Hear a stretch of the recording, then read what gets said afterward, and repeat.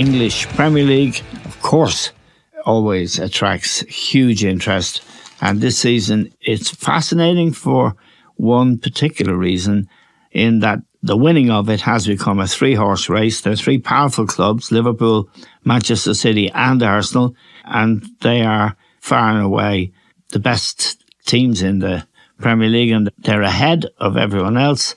And it's Jurgen Klopp's last season at Liverpool, so obviously there's a sentimental belief that it would be great to see him go out with a championship. But of course, Arsenal haven't won it for a long time, and Manchester City seem to own it in recent times, for the last decade, really. And we're joined now by John Giles to talk about the weekend's football. John, I know you have a touch of laryngitis, so we'll see how we go. We appreciate you coming on. The Arsenal-Manchester City match in Manchester on Sunday was one of the worst games of football I ever saw. But I suppose, 0-0 for Mikel Arteta, the Arsenal coach, that's a result to be happy going home. Yes, that's the way it goes, Eamon. I think Pep was having a little bit of a go afterwards, as a lot of managers do, about not playing open play. But that's ridiculous. Yeah. Any manager plays the way he has to play to get a result. Yeah. And the opposition have to do something about it to get a win or whatever it was. So I hate to hear managers moaning afterwards about, well, they didn't come out or they were defending too much. They're entitled to do that. Yes. Any team is entitled to do that. And you have to break them down. So it's a lot of nonsense to think, well, they're not playing the way we want them to play. Yeah. And funny, the two sides have played three times this season. One in the Community Shield, when it was a draw, it was settled on penalties. The other game was the one on Sunday. And in the game at the Emirates, Arsenal lost 1-0. I think it was an own goal. So they're very tight. From your own experience, John, playing and, of course, managing at the highest level, the fact that Arteta and Pep are very close, that Arteta was his number two, they're both Spaniards, and all of the things they know about each other and the way their football beliefs, that tends, doesn't it, to, or does it, in your view, tend to almost ensure that when their clubs are playing against each other, it's going to be tight, and that the knowledge will be there about how to screw the other one up? Well, it depends what team you have, Eamon. Yep. If Pep had gone to Huddersfield or somewhere, he wouldn't even be playing against him. but I think we spoke about in your program last week that since the last 5, 6, 7 weeks, Arsenal have come back with a bang, really. They have, yeah. And I think I think we spoke about it before. Yeah. That the attitude that they have now, like when they were up there, I don't think they believed in it. Yes. They had a bad turn, and everybody expected them to be out of it, myself included. I think they're gone. But they've come back and they've learned a lesson. I think he's learned a lesson from the particular situation he was in before. But when you play against Manchester City, or anybody else for that matter, from Arsenal's point of view, you're entitled to play the way you want to play. Yeah. Just because the opposition doesn't like it. It's tough. Or the journalists, or indeed the fans. I mean, just to deviate for a moment, the Leeds team you played in, great though it was heavily criticised, wasn't it? And the great Alf Ramsey, who won the World Cup for England in 1966, his style of play with England, it attracted a lot of flack, and Leeds attracted a lot of flack as well, didn't you? Totally, Eamon. Yeah. We'd go down here. We'd go to all places. Manchester United. Actually, we won at Manchester United. We might have drawn at Liverpool. I mean, we finished runners-up in the league that year. Yeah. And we never got an ounce of praise because it was dirty Leeds. But we were a tough team, Eamon. If we hadn't been a tough team, we wouldn't have finished second in the league. No. If we'd have played the way Manchester United wants us to play, or Liverpool won. Yeah. Hard luck. No, you're entitled, as a manager, you're entitled to play whatever way you want. And usually, if it doesn't please the opposition, you're going in the right direction. Yeah, and it has to be said that Leeds had just come up from what is now called the Championship, from the second division. When you joined Leeds, they were in the second division. Yeah. So it wasn't an equal, fair fight, if you like, for a while. The other thing I suppose is necessary to say here is that Manchester City have a magnificent team, particularly attackers, and to go there as Arsenal did it the weekend and keep a clean sheet. And in fact, there was only 3 shots in the match. Yes, yeah. 2 shots from City, 1 shot from Arsenal. Yeah. Neither goalkeeper troubled in the whole game. So that was a stalemate in the real meaning of the word. Definitely. Yep. But I tend to be pleased about that, Eamon. Yep. I think it's one of the few times he's even got a draw against Manchester City in recent years. Yep. So he's entitled, any manager with his team is entitled to do whatever he wants to do. Tough luck if it doesn't please the home supporters. Right. You know, they're not there to please the home supporters. No. They're there to do a job, and if they get a job, and then you get a manager, and we see a lot of, they don't like the way they play. I know what you think about this, and the second word is them, and the first word begins with F. Okay, now afterwards on television, there was a very interesting discussion. Roy Keane was on the panel, and he had a right go at Erling Haaland. He said, "Okay, he gets goals, but the rest of his game is like a Division 2 player, which is the 3rd division in old money." It was a rather shocking attack. And I thought it was very, very unfair when you consider the goal tally that he's run up, Haaland. He's top scorer this year. Although he's only scored 18 goals, he's still top of behind Mo Salah. Yeah.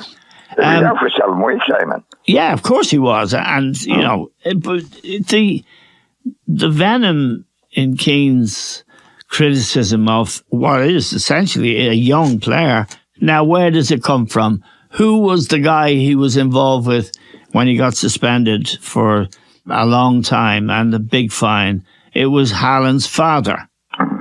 And there's always something in Keane.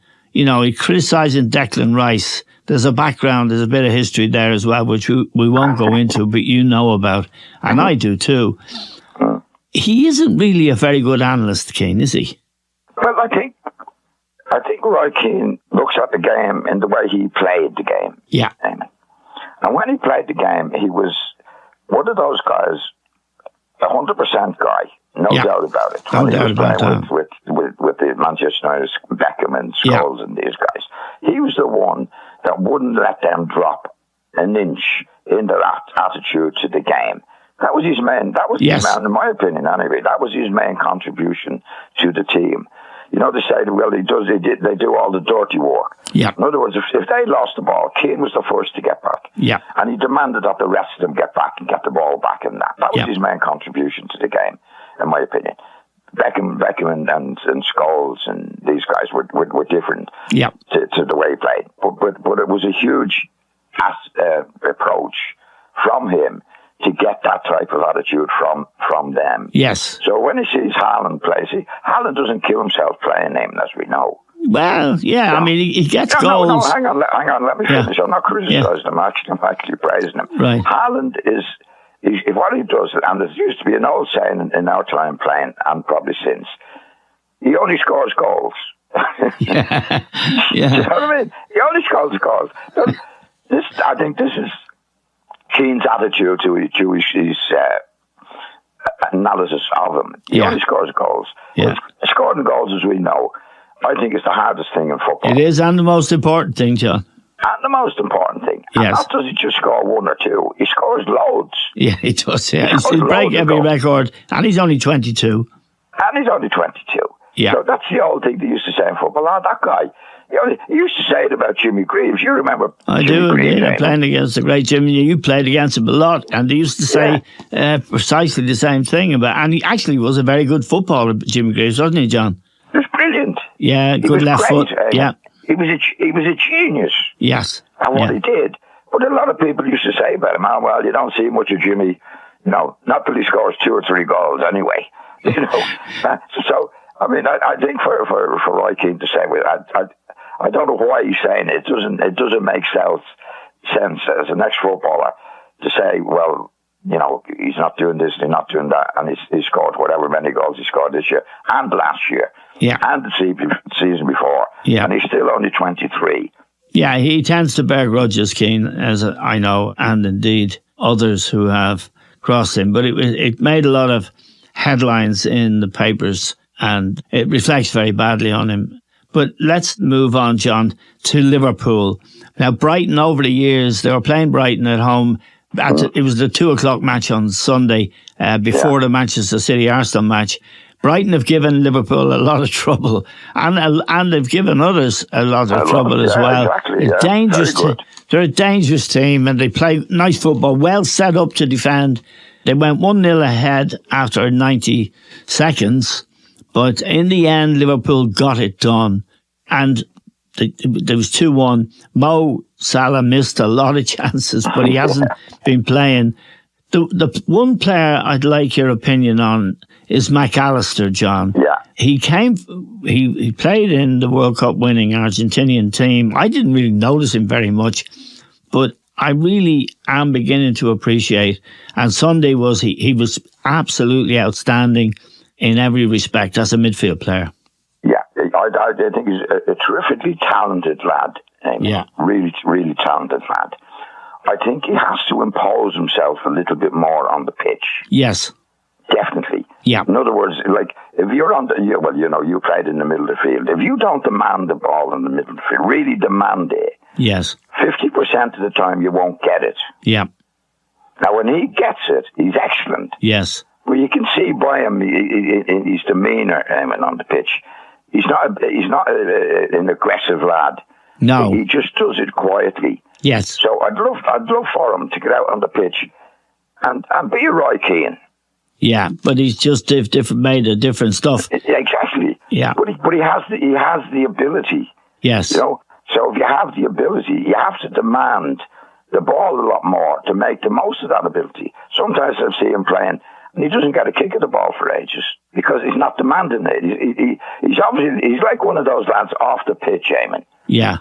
You've been through it and I've been through it with lads like that. They don't say a word. Yeah. Or they say very little. They're humble lads. Yeah. Well, in football, that ruled me out.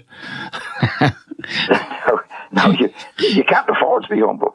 Yeah. Well, you were the opposite to him. Yeah, exactly. You were mouthy on the pitch because that's the position you played. Yeah, and that's the way. But he doesn't. I think he's got it. He's at that age now. I think whatever he is, 24, 25. Yeah. There's some matches you see him in, Eamon, and you don't know he's playing. Yeah, well, instead of bossing around, get it here, get it there, get it, and demand the ball himself, because when he gets it, he's excellent. Yeah. And he should be getting more of it. Yeah, now, John, of the three contenders, Liverpool, Arsenal, Manchester City, I'm not asking you to call it, but can I put a proposition to you? I think City have gone backwards. I mean, that's no great criticism. They've won the league for every season, practically. I think Liverpool were the last alternative to a few years ago. I think they have gone backwards, John, a little bit. I don't think Arsenal are quite there. I think Liverpool have their defensive flaws, but I think Liverpool are the most exciting team of the three. Would you agree with that? Well, I wouldn't give two hoots about the exciting. No, I know. I thought you'd say that. Go on. I'd want to see who's going to be doing it. Who's doing it? Yeah. I think at the moment, if I was putting a few bob on, I'd put it on Liverpool. Yes. But you've got to be careful with City. I mean, they've done it a few years. Yeah, yeah. Where was it 1 year, last year, the year before? Arsenal looked like they're going home easy winners, and they came with a run, last year. So that has to be taken into consideration. Right. But the teams that I would see at the moment, if I was putting a few bob on, which I don't put a few bob on, as you know. I do. I think I'd go for Liverpool. John thinks 10-1 is lunchtime. I mean, it's very difficult to call. The other thing that's becoming very apparent, John, and we'll see more of it, is the players are very tired. I thought in the Arsenal-Man City game even, they were leggy and tired. I watched Manchester United-Brentford on Saturday night for my sins, but that's the job we do, and there's no complaints. Both sides But, well, not both sides. Manchester United looked, very, very tired. They got a 1-1 draw in the end, but Brentford hit the post, the crossbar, and could have really have beaten them heavily. In the end, United nicked the goal in the 90th minute, but Brentford got the equaliser almost straight from the kickoff. The point is, John, Liverpool, for example, now have coming up 3 games in 6 days. They're all away from home, and there's only 2 days between one of the games. That's insane, isn't it? It's madness, I mean. But the kind of UEFA and all these different associations, it's in their interest, of course, to create more competition because they get more money for it. Yeah. And it's not their players. No. They're just using the players from Manchester United and Arsenal and all the top teams around the world. Yeah. That's what they're doing. And then you got the League Cup, you got the FA Cup, you got the Premier League. Yeah. You're talking about 4 or 5 competitions, Eamon. Yeah, and you've got 2. You've got the Champions League, the Europa League, and there's another league in Europe, which West Ham won last year. I think it's the first time they've won a trophy. Exactly, and that's what happens. And what you'll find as well, the top players now, obviously, are playing in international competitions. Yes, yeah, of course. And so that's another plus. So the top players from Liverpool, and because they're all from different countries now. I mean, when does the international thing is on, you only see players from Arsenal, Liverpool, Manchester City, and they have to play in those matches as well. Don't go. We've got this year, the Nations Cup, is it? This summer we have the European Championships. Yeah. But I mean, for example, Diaz, who plays, is such a warrior for Liverpool, he travelled an awful long way to and from South America. Yeah. And he only would have got back Thursday, maybe early Friday morning, and then he's got to do his stuff, on a Sunday. It's madness, Eamon. Yeah, it is. I found when I was playing football, the ideal preparation for a match was the 7 days. You play on a Saturday, and hopefully, we had a lot of matches as well, but the ideal situation is to have Sunday off, come in on Monday, train in a certain way, Tuesday you train in a certain way, Wednesday you train in a certain way, maybe you get a day off. Yes. All that is building up to be in perfect condition for the Saturday. Yes. But that's now all gone. You've got a Tuesday match or a Wednesday match, you come in on a Monday, you've got to take it easy. Tuesday you've got to take it, then you play on Wednesday, then you're off on Thursday. So you're not preparing for yourself. No. In that particular way. And then, as you know, it catches up on you. It does. And you see all those hamstrings and people are watching it. Hamstring in particular, but also calf strains, muscle strains, because the muscles are really not able to do their job. I can't do it. It's too much. Yeah. It's too much. And what they're doing all the time now, obviously in fairly recent years, is to create more competitions. Yes. Because the UEFA and FIFA and that, they don't have a player. No, they don't. And they don't have to pay any players either. And exactly. They pay television companies. Yeah. But that's going to come to an end, John. They'll be paying.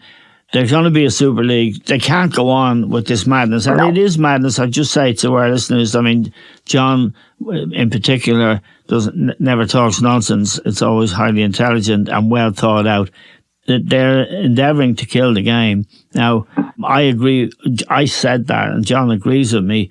And if you have a club, whether it's Manchester United, Manchester City, Liverpool, Arsenal, Tottenham, or Chelsea even, where there's madness, and we'll talk to John. I want to talk about Chelsea next week, John, but just Pochettino, I know as a coach you have respect for, as much as for his demeanour as everything else, but he's been landed with a terrible situation at Chelsea with all those players who don't know each other and cost fortunes, and they're all on 8-year contracts. And it's turning out, I watched their game at the weekend, and they played Burnley at home. I know you didn't get a chance to see it, but, Josh Cullen scored for Burnley. He hasn't scored for Ireland yet. And Darragh O'Shea scored the second goal for Burnley. He hasn't scored for Ireland yet. That young fella Palmer, who is a very good signing, Chelsea signing for 40 million, he scored 2 goals, actually, a penalty. He's a very, very, very good player. Yes, yeah. He's very good. But the problem with Chelsea, I mean, we've spoken about it before, or any club that does what the American guy did. Yeah. You know, he's come in, he's the big man, and there's no doubt that he bought the players. No doubt at all. No, and he'll say it himself. If you noticed recently, he's disappeared. He has, and there's the rumour mill has it that the rest of the board members are going to sack him. Yeah. Now, I don't know why that works when he's the money man. Okay. You know, because he's probably put the money into it. Right. But that's it's not unusual, Eamon, because any managers, in my opinion, I might have said this before in your program, have a vision of what they want on the field. Yeah. And to fulfill that vision, they have to get the players in that they want. Yeah. In other words, I want Joe Bloggs, that's his type of player. I want him left side of midfield and various things. Now, if somebody else is buying the players and he's not a football man, yeah, you've right, no chance. You're stuck with that. Yeah. Because you could say, I'm getting Joe Bloggs for you. I don't want him. I want somebody else. Well, you're having him. Yeah. He has a vision of what's on the field. But he hasn't got a clue about what the vision should be. Now, John, just a final question before we let you go, because I know you've got a touch of, more than a touch of laryngitis, and we really appreciate it. Leeds, as we speak right now, I'm looking at the paper, and they are in the automatic promotion place along with Ipswich, second to Ipswich, but there's nothing in it between those two and Leicester. Looks like Southampton have gone. So it's going to be tight. They got their win last night against Hull, but they didn't play well, did they? No, they got away with it, Eamon, in the end. It flattered them, the 3-1 results, definitely. I thought Hull played very well. They were the better team for long periods. Yeah. But it does show something about Leeds, Eamon, that despite the fact that on play they could have lost, but they still came back and did it. Yeah. You know, it shows a bit of character. Yeah, it does. It shows you something, you know. Yeah. Because watching the match, and while I was talking to you in the match, I didn't think they were going to do it. I thought Hull were the better team for long periods of the game. But they have something there, you know. Don't forget, at one stage they were, 16 points behind Leicester. Yeah, they were, yeah. And now, so they've come with a great run. Yeah, at the right time in the year. At the right time, yeah. Well, if they do what's needed now for the remainder of the season. But they're in with a shout, that's for sure. Okay, John, thank you very much for joining us. That's John Giles, one of our great players, well, maybe the greatest, but Roy Keane doesn't think that. We're grateful to John because I'm sure listeners can tell he has laryngitis, but he wanted to do our roundup for the week. We're grateful to all of you for listening.